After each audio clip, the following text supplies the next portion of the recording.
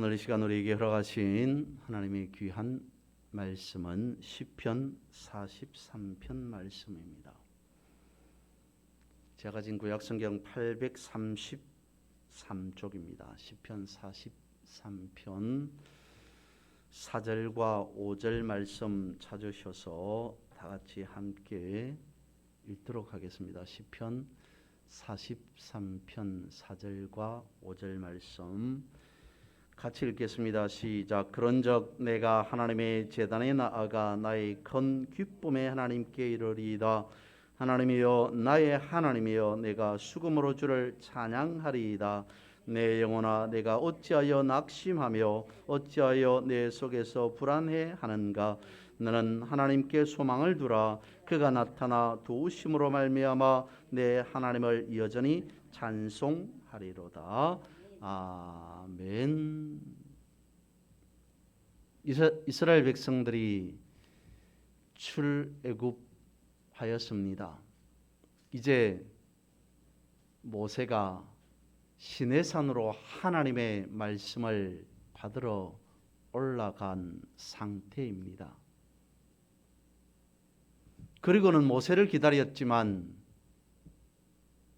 모습을 볼 수 없었던 산 아래의 이스라엘 백성들이 기다리다가 금송아지 우상을 만들어 버립니다. 왜 그랬습니까? 저들은 불안하고 초조했기 때문이었습니다. 19세기 후반 인상주의로 대표되는 화가라고 한다면 고흐와 고갱을 들 수 있을 겁니다. 빈센트 반 고흐와 폴 고갱이 그 중에 대표되는 인물 화가이겠죠. 두 사람은 예술적인 부분에 있어서 매우 친분이 두터웠던 것 같습니다. 그러나 그것도 잠시였던 것 같습니다. 고흐가 그린 그림 가운데 The Starry Night, 별이 빛나는 밤이라고 하는 그림이 있죠. 미국의 싱어송라이터 돈 맥클린이라고 하는 가수가 빈센트라고 하는 제목으로 별이 빛나는 밤이라고 하는 Starry Night이라고 하는 고흐의 그림을 주제로 부른 팝송 노래도 있기도 합니다. 고흐는 고갱과 다툰 후에 자신의 귀를 잘라버리죠. 그리고는 그가 앓고 있던 정신질환으로 샹레미라고 하는 병원으로 입원합니다.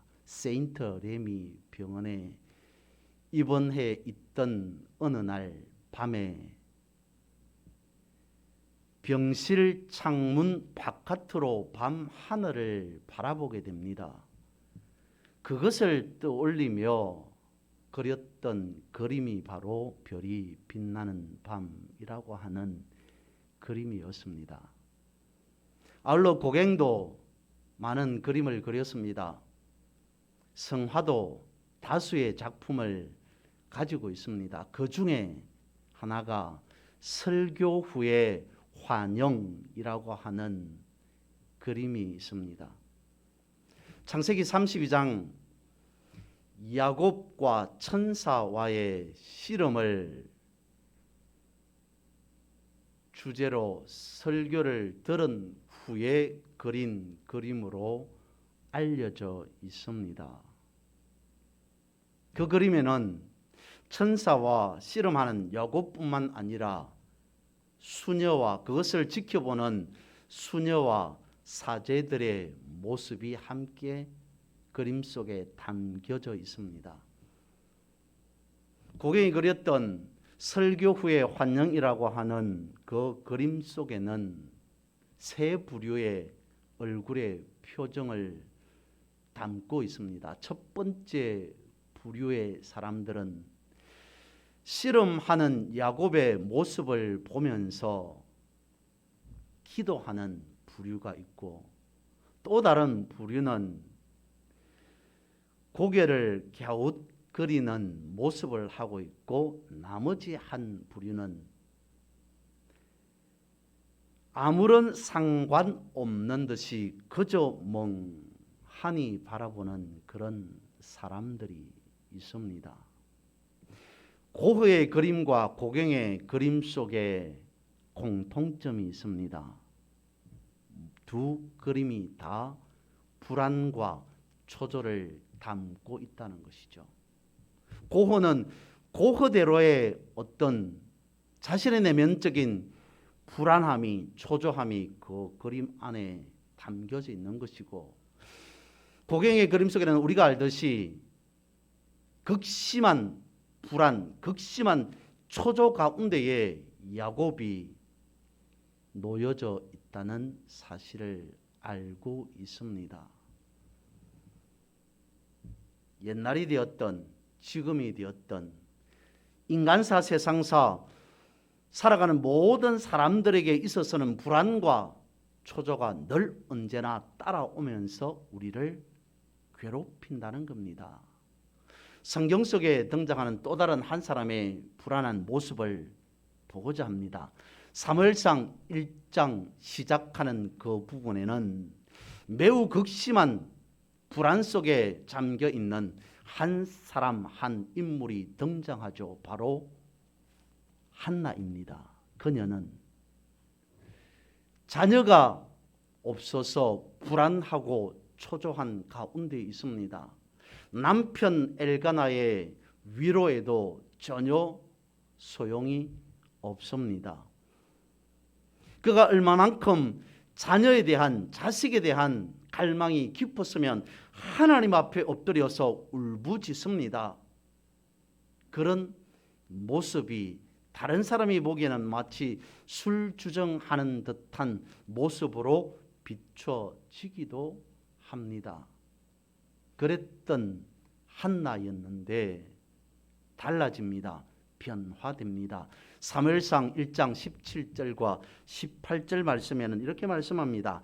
엘리가 대답하여 이르되 평안히 가라. 이스라엘의 하나님이 내가 기도하여 구한 것을 허락하시기를 원하노라 하니 이르되 당신의 여종이 당신께 은혜 입기를 원하나이다 하고 가서 먹고 얼굴에 다시는 근심빛이 없더라. 성경에서 한나의 모습에서 오늘 우리에게 가르쳐 주는 것은 무엇이겠습니까?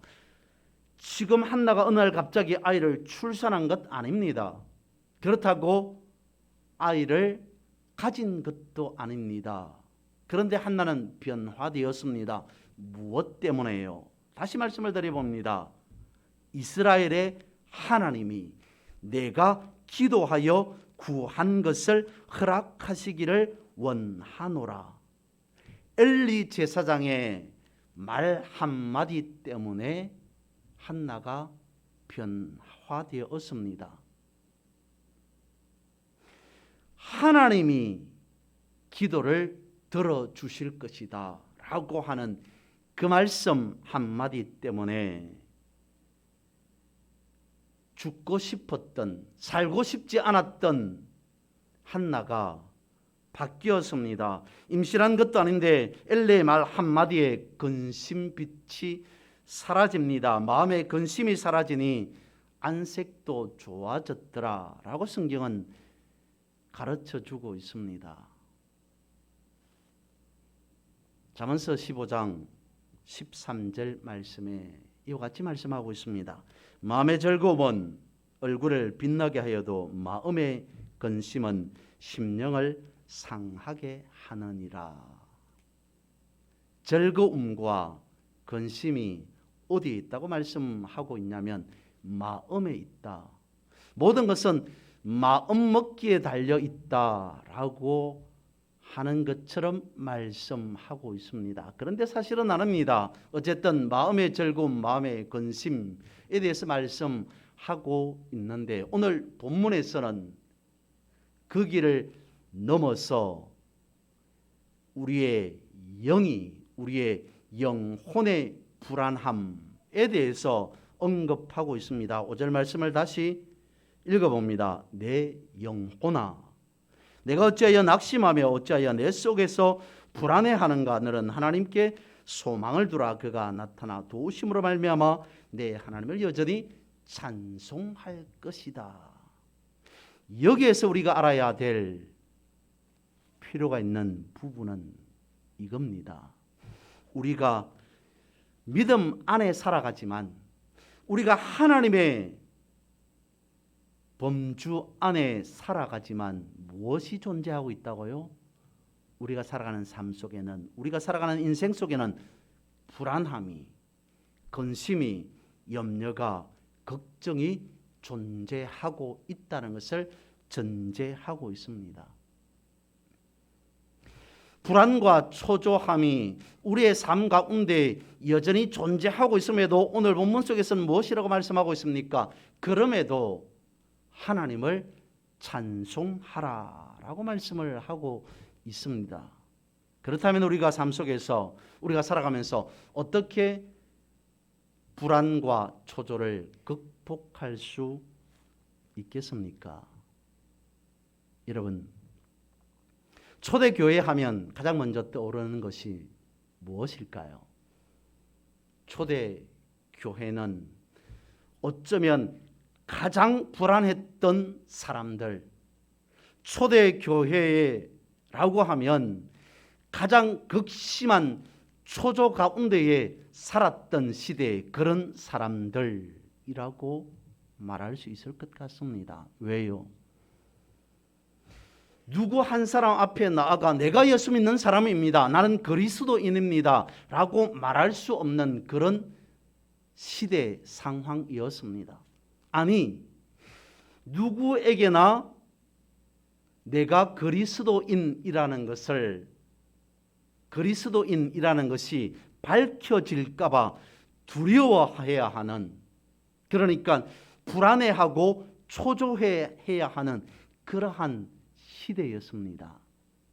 이럴 때에 저들은 이 믿음의 불안함, 영적인 초조함을 어떻게 극복하기를 원했냐면 어웨이였습니다.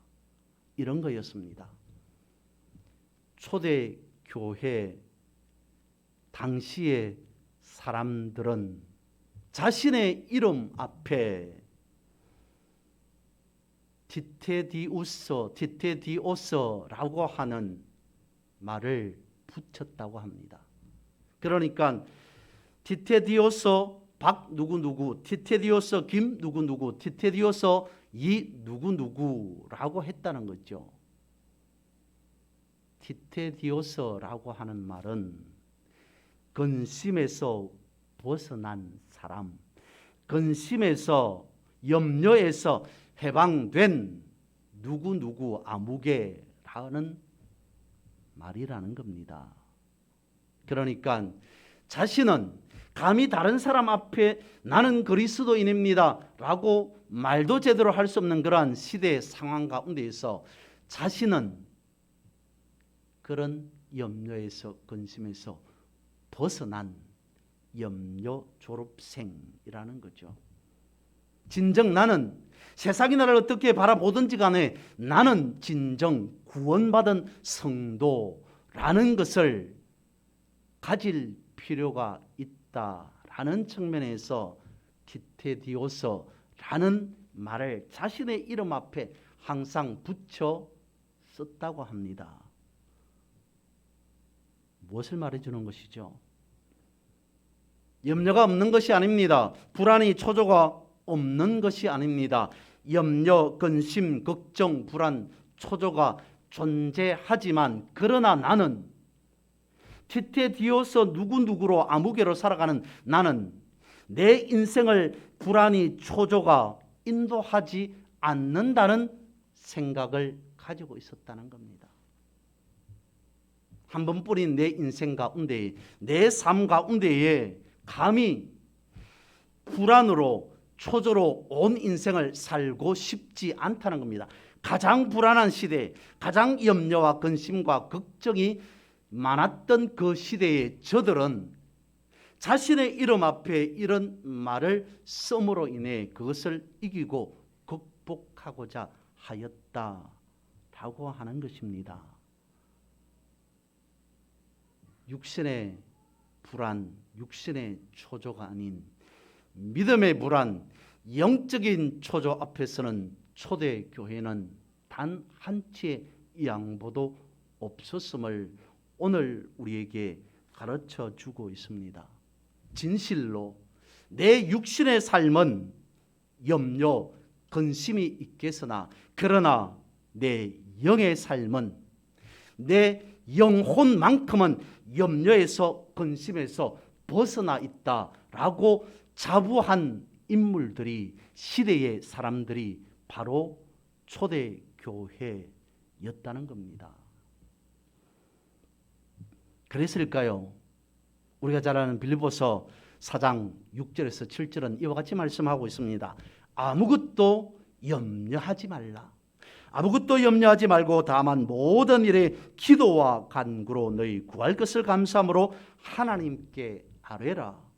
그래야면 모든 지각에 뛰어난 하나님의 평강이 어디에서요? 그리스도 예수 안에서 우리의 마음과 생각을 지키시리라 말씀하고 있습니다. 아무것도 염려하지 말고 모든 일에 기도와 간구로 너희 구할 것을 어떻게 하라고요? 감사함으로 하나님께 아뢰라. 그냥 기도와 염려 자체를 두고 하나님께 기도하라라고 말하지 아니하고 그것을 내려놓고 어떻게 하라고? 감사함으로 하나님께 기도하라라고 가르쳐 주고 있습니다. 이 말이 어떤 의미입니까? 그러니까 이 말을, 이 글을 쓰고 있는 사도 바울 자신은 지금 현재 어떤 상황, 어떤 처지, 어디에 있습니까? 구중 궁궐, 높은 자리, 그곳에서 아무 염려, 근심, 걱정 없는 상황 가운데에서 빌립보 교회다가 염려하지 마십시오 라고 하는 것이 아니라 그는 지금 현재 감옥에 있습니다. 옥중에 있습니다. 내일 그가 사도 바울이 어떻게 될지 아무도 모르는 상황. 어쩌면 그런 생각을 하지 않을 수 없었을 것 같습니다. 사도 바울의 입장에서 옥중에 있는 사도 바울 자신이 생각해 봤을 때 만약 내가 이 감옥에서 나가지 못한다면, 만약 내가 이 감옥에서 나가지 못하고 죽는다면 이라고 하는 불안과 초조, 염려, 근심, 걱정을 하지 않았을까요? 우리 생각은 그랬을 것 같은데 정녕 사도 바울은 그렇지 않습니다. 뭐라고 말하고 있습니까? 아무것도 염려하지 마라. 여러분, 저는 아무것도 염려하지 않습니다. 그러니까 빌립보 교회 여러분들도 아무것도 염려할 필요가 없습니다. 다만 모든 것을 감사함으로 하나님께 아뢰십시오. 기도하십시오. 그거면 충분합니다. 그렇게 고백하고 있습니다. 영적인 불안, 영적인 초조를 어떻게 극복할지에 대한 처방전을 사도 바울이 이와 같이 제시하고 있습니다.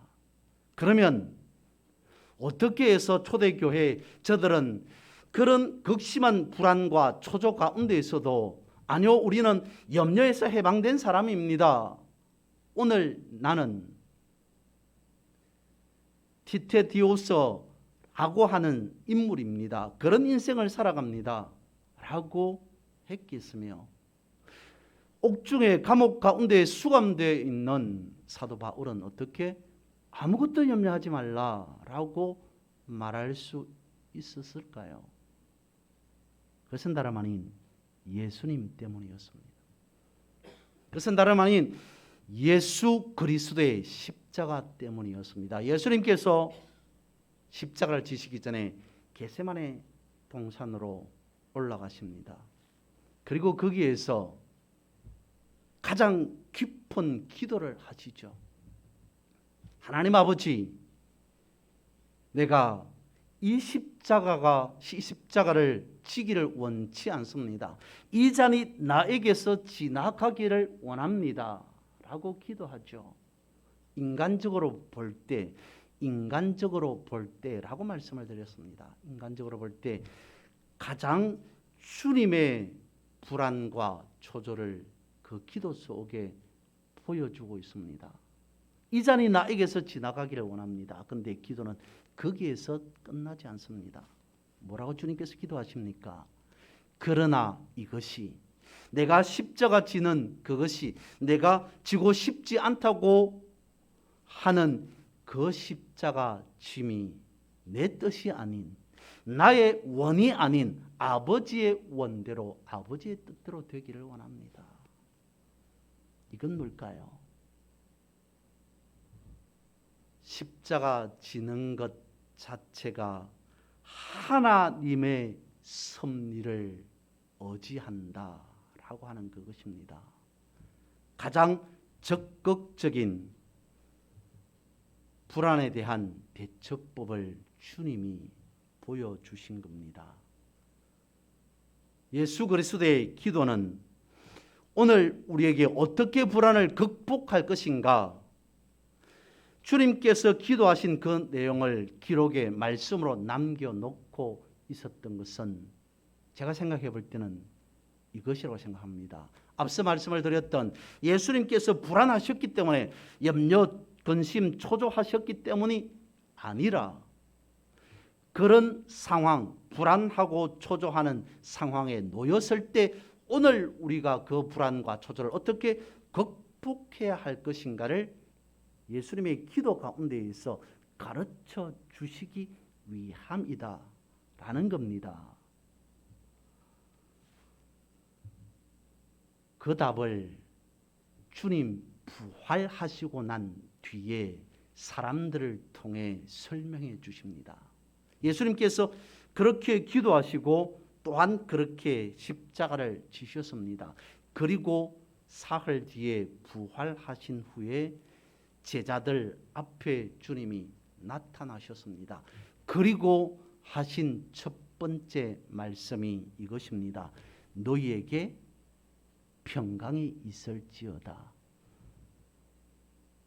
너희에게 평강이 있을지어다. 내가 너희들이, 여러분들이 가지고 있었던 모든 염려와 불안과 근심과 초조를 십자가에서 다 매달아 놓았다. 내가 그것을 십자가로 다 극복하였다, 이겼다. 그러므로 이제부터 여러분들은, 너희들은 염려, 근심, 불안, 초조할 필요가 없다. 그러므로 너희들에게 평안이 있을지어다 라고 말씀하신 것이죠. 이거를 굳이 근거로 대라고 하면 의학적인 것으로 설명할 수 있습니다. 우리의 몸은 자율신경계라고 하는 것이 있죠.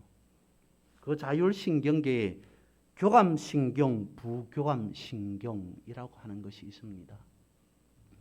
말 그대로 자율이라고 말하니까 우리 몸에 어떤 변화가, 어떤 상황이 생겼을 때 교감신경, 부교감신경이 스스로 작동해서 그것에 대처해낼 수 있는 작용 내지는 힘, 능력을 가지고 있다는 거죠. 이미 우리의 몸은 자율신경계가 있어서 외부적인, 내부적인 어떤 문제에 스스로 대처해낼 수 있는 그런 시스템이 되어 있다는 겁니다. 주님의 말씀 외에 초대교회, 사도 바울, 기타 성경에서 말씀하고 있는 그 말씀을 보십시오. 우리는 이미 주님께서 불안과 염려와 초조와 근심, 걱정을 이길 수 있는 그런 시스템을 가진 몸이라고 말씀해 주고 있습니다. 오늘 본문에서 마찬가지입니다. 4절 말씀해 보니까 이렇게 말씀하고 있습니다. 나의 큰 기쁨의 하나님.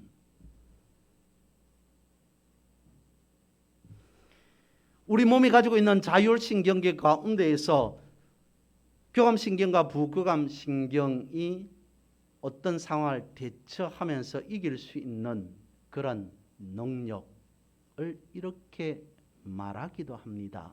엔테거니즘, 길항작용이라고 말합니다. 두 개의 물질이 서로 반대되어서 우리의 몸이 항상성을 유지할 수 있도록 해 주는 작용이라는 겁니다. 그러니까 말씀드린 바와 같이 오늘 성경에 기록하고 있는 바와 같이 불안이 있고 염려가 있고 근심이 있고 초조가 있다면 거기에 대처할 수 있는 길항작용이 있다는 겁니다. 그것이 바로 오늘 4절에서 말하는 말씀 이것입니다. 나의 큰 기쁨의 하나님께 이르리이다. 나는 지금 불안한 상태에 초조한 가운데 있습니다. 그럼에도 어떻게 한다고요? 불안한 가운데 초조한 가운데 있지만 그럼에도 나는 나의 가장 큰 기쁨의 하나님께 나아가리라 라고 말씀함과 동시에 5절 속에도 말씀하고 있습니다. 하나님께 소망을 두라 라고 말하고 있습니다. 우리의 영적 길항작용, 불안이 있고 초조가 있을 때에 우리에게 어떤 시스템이 있냐면, 어떤 길항작용이 있냐면 하나님께 나아갈 수 있도록 우리의 몸이 이미 그 시스템으로 만들어져 있다는 겁니다. 하나님께 소망을 둘 수 있는 시스템화 되어 있는 우리라고 말하고 있습니다. 그래서 오늘 본문 속에서는 불안하고 있지만, 불안한 상태에 있지만 그 불안에 매이지 아니하고 그 불안에 갇혀 살아가지 아니하고 어떻게 한다고요? 이 불안을 극복할 수 있는, 이길 수 있는 하나님께로 나아가리라. 하나님께 소망을 두고 살아가리라. 불안에 소망을 두는 것이 아니라 하나님께 소망을 두는 영적 기랑 작용을 오늘 본문에서 말씀하고 있다는 것이죠. 불안하지만 절망하지 않겠다는 겁니다. 낙심하지 않겠다는 겁니다. 절망은 뒤로 하고 먼저 소망을 두리라. 소망의 하나님께 나아가리라 라고 말씀을 하고 있습니다. 이 말은 하나님의 때를 기다린다는 겁니다. 하나님께 나아가리라, 하나님께 소망을 두라 라고 하는 것은 하나님의 때를 내가 기다리고 있겠다, 하나님의 섭리하심을 바라고 있겠다라고 하는 것입니다. 다른 말로 하면 하나님의 법칙대로 살아가리라. 우리의 영혼이 불안하고 초조할 때 내 법칙이 아닌, 사람의 법칙이 아닌 하나님의 법칙으로 살아가리라 라고 하는 그 말입니다. 또 다른 말로 하나님의 주권을 인정하리라 라고 하는 그 말입니다. 사무엘상 13장 말씀에 보면 사울 왕이 블레셋과의 전투를 앞두고 있는 그런 장면이 묘사되어 있습니다. 전쟁을 하기 전에 구약시대에는 하나님께 먼저 예배를 드려야만 했습니다. 그 예배는 사무엘이 집도할 수 있는 예배였습니다. 사울이 사무엘이 오기를 기다리고 기다립니다. 그런데 사무엘은 보이지 않습니다. 나타나지 않습니다. 사울이 불안하고 초조합니다. 앞에 보니까 적군들이, 블레셋 군대가 포진하고 있습니다. 극도로 불안한 나머지 사울이 그 자리에서 본인이 직접 예배를 주도해 버립니다. 그가 잘못한 것은 무엇입니까? 하나님의 때를 기다리지 못하였던 것입니다. 하나님의 주권을 인정하지 않았다는 겁니다. 예수님께서 어느 날 물 위로 걸어가십니다. 그 모습을 베드로가 봅니다. 그러면서 베드로가 주님께 청합니다. 주님, 나도 물 위로 걸어가고 싶습니다. 그래, 걸어와라. 그때에 베드로가 한 발을 물 위에 내려놓습니다. 그리고 걸어봅니다. 발걸음을 떼봅니다. 물 위로 베드로도 걷게 됩니다. 그러다가 몇 발쭉 가다가 몇 발짝 가다가 아래를 물밑을 바라봅니다. 그리고는 빠져버리죠. 주님, 나도 걷고 싶어요. 그래, 걸어와라 라고 했을 때 베드로가 물 위로 걸을 수 있었던 것은 주님의 주권을 인정하였기 때문이었습니다. 그러다가 발밑을 바라보았다는 것은 자신을 바라보았다는 것이죠. 베드로는 착각했습니다. 내 능력으로 내가 물 위로 걸을 수 있다니 라고 하는 자신의 능력인 걸로 오해했습니다. 그러므로 그는 물속에 빠질 수밖에 없었습니다. 하나님의 때, 하나님의 섭리, 하나님의 법칙, 하나님의 주권을 인정하느냐 인정하지 않느냐라고 하는 그것이 성경에서도 이와 같이 기록되어져 있습니다. 우리의 영이 불안하고 초조할 때 이를 극복할 수 있는 방법이 무엇이라고요? 하나님의 법칙을 따르는 것입니다. 하나님의 주권을 인정하는 믿음을 기르는 것입니다. 그것이 초대 교회가 보여주었던 티테디오스로서의 삶을, 성도인 우리로서의 삶을 살아가는 것입니다. 영적인 길항작용을 나타내 보여줄 수 있는 말씀을 붙잡고 살아가는 그 삶입니다. 불안과 초조를 이런 믿음으로 이기고 극복하는 여러분 되시기를 주님의 이름으로 축복합니다.